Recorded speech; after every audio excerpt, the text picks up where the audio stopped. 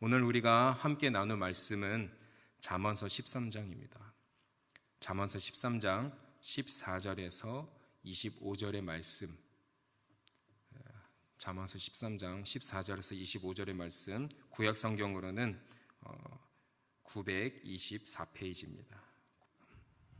저와 함께 교독하겠습니다. 저부터 읽겠습니다. 지혜 있는 자의 교훈은 생명의 샘이니 사망의 그물에서 벗어나게 하느니라.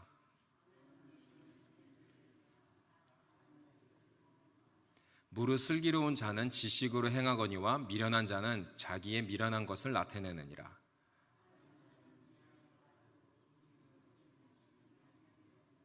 훈계를 저버리는 자에게는 궁핍과 수욕이 이르거니와 경계를 받는 자는 존영을 받느니라.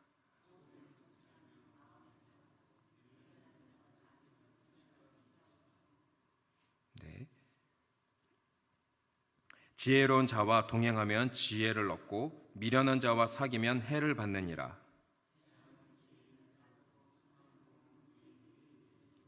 선인은 그 산업을 자자손손에게 끼쳐도 죄인의 재물은 의인을 위하여 쌓느니라.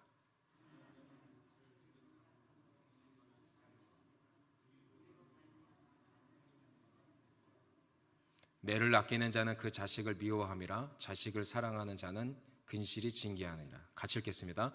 의인은 포식하여도 악인의 배는 줄이느니라. 아멘. 이웃과 공동체를 살리는 지혜라는 제목으로 오늘 본문을 함께 나누려고 합니다. 오늘 본문은 솔로몬의 잠언으로서 지혜자와 우매자의 삶을 구절마다 대조하면서 설명하고 있습니다. 오늘 본문은 크게 두 단락으로 나눠 볼 수가 있는데요. 먼저 14절에서 20절을 보면은 지혜자와 우매자가 주변 이웃과 공동체에게 어떤 영향을 주는지를 설명해 주고 있습니다. 그리고 이후 21절에서 25절의 말씀을 보면 재물과 관련하여서 의인과 악인이 어떻게 보응을 받는지, 그 차이가 무엇인지를 설명해 주고 있습니다. 오늘 본문을 함께 살펴봄으로써 주님이 주시는 메시지를 깨닫고 은혜 받는 시간이 되길 간절히 소망합니다. 먼저 첫 번째 단락을 살펴보도록 하겠습니다. 본문 14절에서 16절까지 말씀 함께 읽도록 하겠습니다. 시작. 지혜 있는 자의 교훈은 생명의 샘이니 사망의 그물에서 벗어나게 하느니라. 선한 지혜는 은혜를 베푸나 사악한 자의 길은 험하느니라. 무릇 슬기로운 자는 지식으로 행하거니와 미련한 자는 자기의 미련한 것을 나타내느니라. 아멘. 14절을 보면은 지혜 있는 자의 교훈은 생명의 샘이라서 사망의 그물에서 벗어나게 한다라고 합니다. 하나님이 주시는 지혜의 가르침은 사람을 사망의 그물, 유혹으로부터 벗어나게 한다, 구해낸다라는 뜻입니다. 그 근거가 무엇입니까? 첫 번째, 15절을 보면은 선한 지혜는 은혜를 베푸나 사악한 자의 길은 험하기 때문이라고 합니다. 하나님의 지혜를 갖춘 자는 그 이웃에게 은혜를 기꺼이 베풀어 줍니다. 하나님께 받은 구원의 은혜를 전함으로써 내 이웃이 올바른 길을 갈 수 있도록 인도해 준다라는 것입니다. 그러나 사악한 자의 길은 험하다라고 합니다. 하나님의 말씀을 버리고 자기 뜻대로 행하는 자는 자신의 잘못을 깨달을 수가 없습니다. 그래서 계속해서 패망의 길을 가게 되는 것이죠. 그렇기 때문에 오직 선한 지혜, 하나님의 말씀을 따르는 자만이 이웃의 생명을 구할 수가 있는 것입니다. 이후 16절을 보면은 하나님의 지혜가 생명을 살리는 두 번째 근거가 나옵니다. 바로 무릇 슬기로운 자는 지식으로 행하고 미련한 자는 미련한 것으로 나타내기 때문이라 라고 말하고 있습니다. 여기서 슬기로운 자란 자신의 감정이나 주변 환경에 따라서 행동하지 않고 하나님이 주신 지식을 따라 행하는 사람을 뜻합니다. 하나님이 주시는 지식을 의지하는 삶을 통하여서 그 이웃에게 구원의 진리를 전하게 된다라는 것입니다. 그러나 반대로 미련한 자는 미련한 것을 나타낸다고 합니다. 하나님이 주시는 지혜보다 자신의 감정에 치우쳐서 행동하기를 좋아하고 상황에 따라 변하는 자신의 모습 때문에 주변 사람들에게, 이웃에게 신뢰를 얻지 못한다라는 것입니다. 그래서 미련한 자는 그 이웃에게 진리를 전하는 것이 매우 어렵다, 거의 불가능하다라고 말하고 있는 것입니다. 이처럼 하나님의 지혜를 따르는 자와 아닌 자는 내 이웃에게 주는 영향이 완전히 다릅니다. 이제 솔로몬의 잠언은 지혜자와 우매자가 이웃을 넘어서 공동체에게 어떤 영향을 주는지를 다음과 같이 설명하고 있습니다. 본문 17절에서 19절의 말씀 함께 읽도록 하겠습니다. 시작. 악한 자는 재앙에 빠져도 충성된 사시는 양약이 되느니라. 훈계를 저버리는 자에게는 궁핍과 수욕이 이르거니와 경계를 받는 자는 존영을 받느니라. 소원을 성취하면 마음에 달아도 미련한 자는 악에서 떠나기를 싫어하느니라. 아멘. 17절을 보면은 악한 사자는 재앙에 빠져도 충성된 사시는 양약이 된다라고 말합니다. 사자의 임무가 무엇입니까? 왕을 대신해서 나라와 나라 사이의 문제를 해결하는 것입니다. 그런데 이 임무를 제대로 수행하지 않으면 어떻게 됩니까? 그 나라가 위기에 빠집니다. 재앙에 빠지는 것이죠. 반대로 사자가 자신의 임무를 충실히 이행하면은 양약처럼 그 나라와 그 백성을 구하게 된다라는 것입니다. 지혜자와 공동체의 관계가 이와 같다라는 것이죠.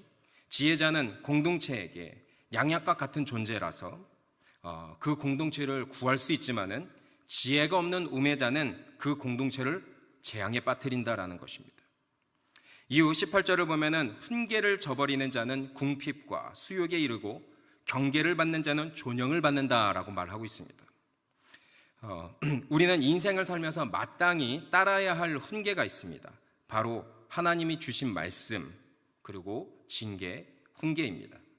하나님이 주신 말씀대로 그리고 징계대로 사는 것은 때로는 버겁고 어려울 때가 있습니다.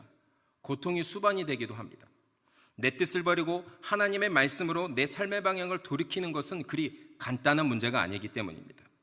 그러나 내게 주시는 이 훈계와 사명을 겸허히 받아들이고 끝까지 돌이켜 감당해 나가면 주님은 그 인생을 존귀하게 변화시켜 주신다라고 말씀하고 계십니다.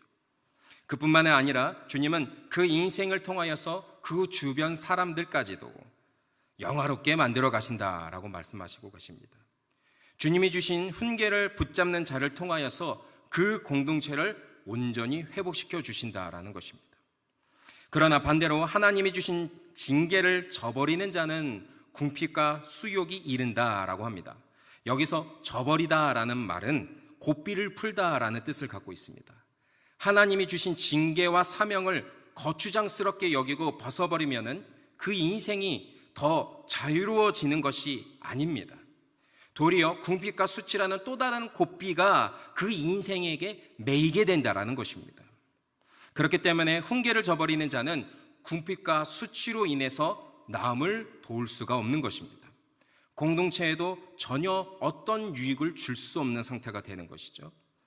이후 19절을 보면은 소원을 성취하면 마음에 달아도 미련한 자는 악에서 떠나기를 싫어한다라고 합니다. 이를 문맥적으로 간단히 살펴보면은 하나님이 주신 사명을 온전히 성취한 사람은 그 마음의 기쁨을 맛보다라는 뜻을 갖고 있습니다. 여기서 마음은 또 다른 뜻이 있는데 바로 영혼입니다. 하나님이 주신 사명을 온전히 이루는 사람은 그 마음과 영혼에 큰 유익이 임한다라는 것입니다. 놀라운 영적 기쁨과 영생의 은혜를 맛보게 된다라는 것이죠. 그러나 미련한 자는 악에서 떠나 살기를 싫어한다라고 합니다. 하나님의 뜻보다 자기 뜻대로 사는 것이 더 좋기 때문에 지금 가고 있는 이 악의 길을 포기하지 못하는 것입니다. 현재 삶의 방식을 바꿀 필요성을 전혀 못 느끼고 있는 것입니다. 그래서 미련한 사람은 하나님의 사명을 성취할 수 없으며 그로 인해 얻게 되는 기쁨도 감사도 구원의 은혜도 절대로 누릴 수 없다라는 것입니다. 그래서 솔로몬의 잠언은 첫 번째 단락의 결론을 다음과 같이 말하고 있습니다. 본문 20절의 말씀 함께 읽도록 하겠습니다. 시작. 지혜로운 자와 동행하면 지혜를 얻고 미련한 자와 사귀면 해를 받느니라. 지혜로운 자와 동행하면 지혜를 얻게 된다라고 합니다. 하나님의 뜻과 사명을 온전히 행하는 자와 함께하면은 그를 통하여서 주님이 주시는 지혜를 구원의 은혜를 얻게 된다라는 것입니다. 그러나 미련한 자와 사귀면 해를 받게 된다라고 하십니다. 여기서 사귀다라는 말은 양육하다라는 뜻을 갖고 있습니다. 미련한 자를 양육하면 반드시 해를 당하게 된다라는 뜻입니다. 미련한 자는 자신의 인생을 하나님께 돌이킬 마음이 전혀 없기 때문에 아무리 양육해도 도움은커녕 오히려 해를 끼친다라는 것입니다. 그래서 잠언서는 이 미련한 자를 아예 가까이 하지 말라, 가까이 하지 않는 게 좋다라고 지금 이야기하고 있습니다.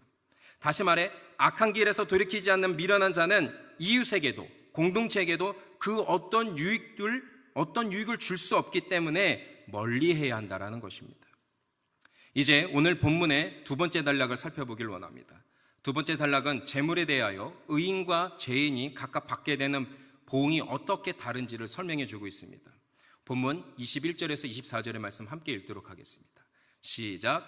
재앙은 죄인을 따르고 선한 보응은 의인에게 이르니 선인은 그 산업을 자자손손에게 끼쳐도 죄인의 재물은 의인을 위하여 쌓느니라. 가난한 자는 밭을 경작함으로 양식이 많아지거니와 불의로 말미암아 가산을 탕진하는 자가 있느니라. 매를 아끼는 자는 그 자식을 미워함이라. 자식을 사랑하는 자는 근실이 징계하느니라. 아멘. 21절을 보면은 재앙은 죄인을 따르고 선한 보응은 의인에게 이른다라고 말합니다. 하나님을 거부하고 사는 사람들은, 하나님을 무시하며 사는 죄인들에게는 재앙이 집요하게 따라다닌다라고 합니다. 그러나 하나님의 말씀을 믿고 의지하고 따르는 자에게는 선한 보응이 반드시 이른다라고 말하고 있습니다.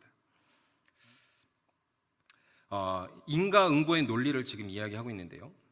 그런데 우리가 살고 있는 이 세상은 사실 오늘 본문에서 말하는 인과응보의 논리에서 벗어난 일들이 더 많이 일어납니다. 그런 일들이 비일비재합니다. 그럼에도 우리가 유념해야 할 것은 이것이 하나님이 우리에게 주시는 절대 진리라는 것입니다. 이 세상은 비록 이 인과응보의 논리가 불완전하게 진행되고 있습니다. 그렇지만 우리가 장차 입성하게 될 하나님의 나라에서는 이 인과응보의 논리가 완전하게 이루어질 것입니다. 그러므로 우리는 본절의 가르침에 대한 믿음을, 이 진리를 믿고 그리고 의지하며 끝까지 살아가야 하는 것입니다. 이후 남은 구절들을 보면은 이 진리를 믿어야 하는 이유에 대해서 구체적으로 설명해 주고 있습니다. 먼저 22절을 보면은 선인은 그 산업을 자손들에게 끼쳐도 죄인의 재물은 의인을 위하여 쌓는다라고 합니다. 하나님의 지혜를 따라 불의를 행하지 않고 정직한 방법으로 살아간 자는 그 자손에게 그 산업을 물려줌으로써 계속해서 이어갈 수 있다라는 것이죠. 그러나 반면에 죄인은 아무리 그 재물을 열심히 모을지라도 그 모든 게 누구한테 간다고 합니까? 의인에게 간다고 합니다. 재물을 모으기 위해서 온갖 방법을 사용할지라도 역사를 주관하시는 여호와 하나님께서 개입하셔서 그들의 재물들을 의인들을 위해 사용하신다라는 것입니다. 한마디로 죄인의 수고를 헛되게 만드신다라는 겁니다. 그리고 23절을 보면은 가난한 자가 밭을 경작함으로 양식이 많아지지만 반대로 불의로 말미암아 가산을 탕진하는 자가 있다라고 합니다. 의인은 비록 가난할지라도 하나님의 말씀을 따라 날마다 정직하게 성실하게 농사를 지음으로써 자신의 양식을 점점 늘려갈 수 있다라는 것입니다. 그러나 반대로 부자일지라도 불의를 행하면 가산을 탕진하게 된다라는 것이죠. 그동안 모은 재산이, 그동안 물려받은 재산이 아무리 많을지라도 하나님의 뜻을 멀리하고 불법과 부정과 교만과 게으름을 행하게 된다면은 결국엔 그 모든 것들을 다 잃어버리게 된다라는 것입니다. 이후 24절을 보면은 매를 아끼는 자는 그 자식을 미워하는 것이지만 자식을 사랑하는 자는 근실이 징계한다라고 합니다. 자녀를 참으로 사랑하는 부모라면은 그 자녀가 올바르게 살아갈 수 있도록 회초리를, 징계를 아끼지 말아야 한다는 것입니다. 자, 이 구절은 지혜로운 부모는 자녀를 엄격하게 양육함으로써 그 하나님께 축복받은 인생을 살아갈 수 있도록 인도해야 한다라는 것을 뜻합니다. 그러나 어리석은 부모는 자녀를 징계 없이 양육하여서 그 자녀가 방종하는 삶을 살게 만든다라는 것이죠. 그래서 그 자녀의 인생이 하나님이 주시는 축복을 누리지 못하고 피폐하게 만든다라고 지금 설명하고 있는 것입니다. 이처럼 하나님이 주신 지혜를 의지하고 따르는 삶은 공동체를 넘어서 우리의 후손들, 다음 세대까지 영향을 미치게 됩니다. 그러므로 솔로몬의 잠언은 두 번째 단락의 결론을 다음과 같이 정리를 합니다. 마지막으로 본문 25절의 말씀 함께 읽도록 하겠습니다. 시작. 의인은 포식하여도 악인의 배는 줄이느니라. 25절 상반절에는 번역상 생략단 단어가 있습니다. 바로 그의 영혼이라는 단어인데요, 의인은 육체뿐만 아니라 영적으로도 충만한 삶, 하나님께 구원받은 인생을 살아갈 수 있게 된다는 것입니다. 그러나 악인은 하나님의 말씀을 거부하며 하나님이 주시는 지혜를 거부하며 부정한 방법으로 살기 때문에 구원과 멀어진 인생을 살게 된다는 것입니다. 즉, 아무리 노력해도 채울 수 없는 자기 욕심 때문에 그 죄인은, 그 악인은 늘 불평하고 늘 불만을 고백하며 결핍된 인생을 살아가게 된다는 것입니다. 여기까지가 오늘 본문의 내용입니다. 오늘 본문을 통하여서 주님은 우리의 인생은 반드시 누군가에게 영향을 주고받으며 살아갈 수밖에 없다는 것을 알려주고 계십니다. 그렇기 때문에 우리는 하나님께 구원받은 거룩한 인생을 살기 위해서는 반드시 나 혼자만 신앙생활하는 것이 아니라 반드시 지혜자를 가까이 하고 그로부터 좋은 영향을 받으며 살아가야 한다는 것입니다. 즉, 신앙생활은 나 혼자만 잘해서 되는 것이 아니라 주변에 늘 하나님 앞에 깨어 있으려고 노력하는 사람, 하나님의 말씀으로 내 자신부터 돌이키고 그리고 쳐내고 주님 앞에 회개하며 순종하려고 발버둥 치는 사람을 가까이 해야 한다는 것입니다. 이런 지혜자들을 가까이 할 때 우리의 연약한 믿음이 그 지혜자를 통하여서 변화를 받게 되고 도전을 받게 되며 성장하게 된다는 것입니다. 그렇다면 오늘날 우리는 내 삶 속에서 만나는 사람들에게, 그리고 내가 속한 공동체 속에서 어떤 모습으로 살아가고 있습니까? 지혜자의 모습입니까? 우매자의 모습입니까? 악인의 모습입니까? 의인의 모습입니까? 어떤 모습으로 주변 사람들에게 관계를 형성하며 대화를 나누며 만나고 있습니까? 오늘 말씀을 통하여서 우리의 신앙생활을, 우리의 삶을 돌아보았으면 좋겠습니다. 그리고 매일 주님의 말씀을 읽고 묵상함으로써, 그리고 성령 하나님을 날마다 부르짖고 의지함으로써 사소한 일에도 수없이 요동치는 우리의 연약한 심령을 이겨내고 일상 속에 반복되는 이 고난과 어려움들을 믿음의 방법으로 극복해 나가는 저와 여러분이 되길 간절히 소망합니다. 내 주변의 이웃과 공동체, 그리고 가정과 직장, 학교, 교회 공동체를 이렇게 모든 이 신앙의 여정을 온전히 통과해 나감으로써 구원의 은혜를 전하고 세워나가는 그 사명을 우리 모두가 충실히 수행해 나가는 저와 여러분이 되길 간절히 소망합니다. 그래서 주님이 다시 오실 때까지 이 신앙의 원리를 우리뿐만 아니라 우리 자녀들에게, 다음 세대에게 열심이 아니라 전심으로 전함으로써 약속받은 선한 복, 장차 완성될 하나님 나라에 모두가 입성하는 우리 성만교회 성도님들 모두가 되시기를 예수님의 이름으로 간절히 기도합니다.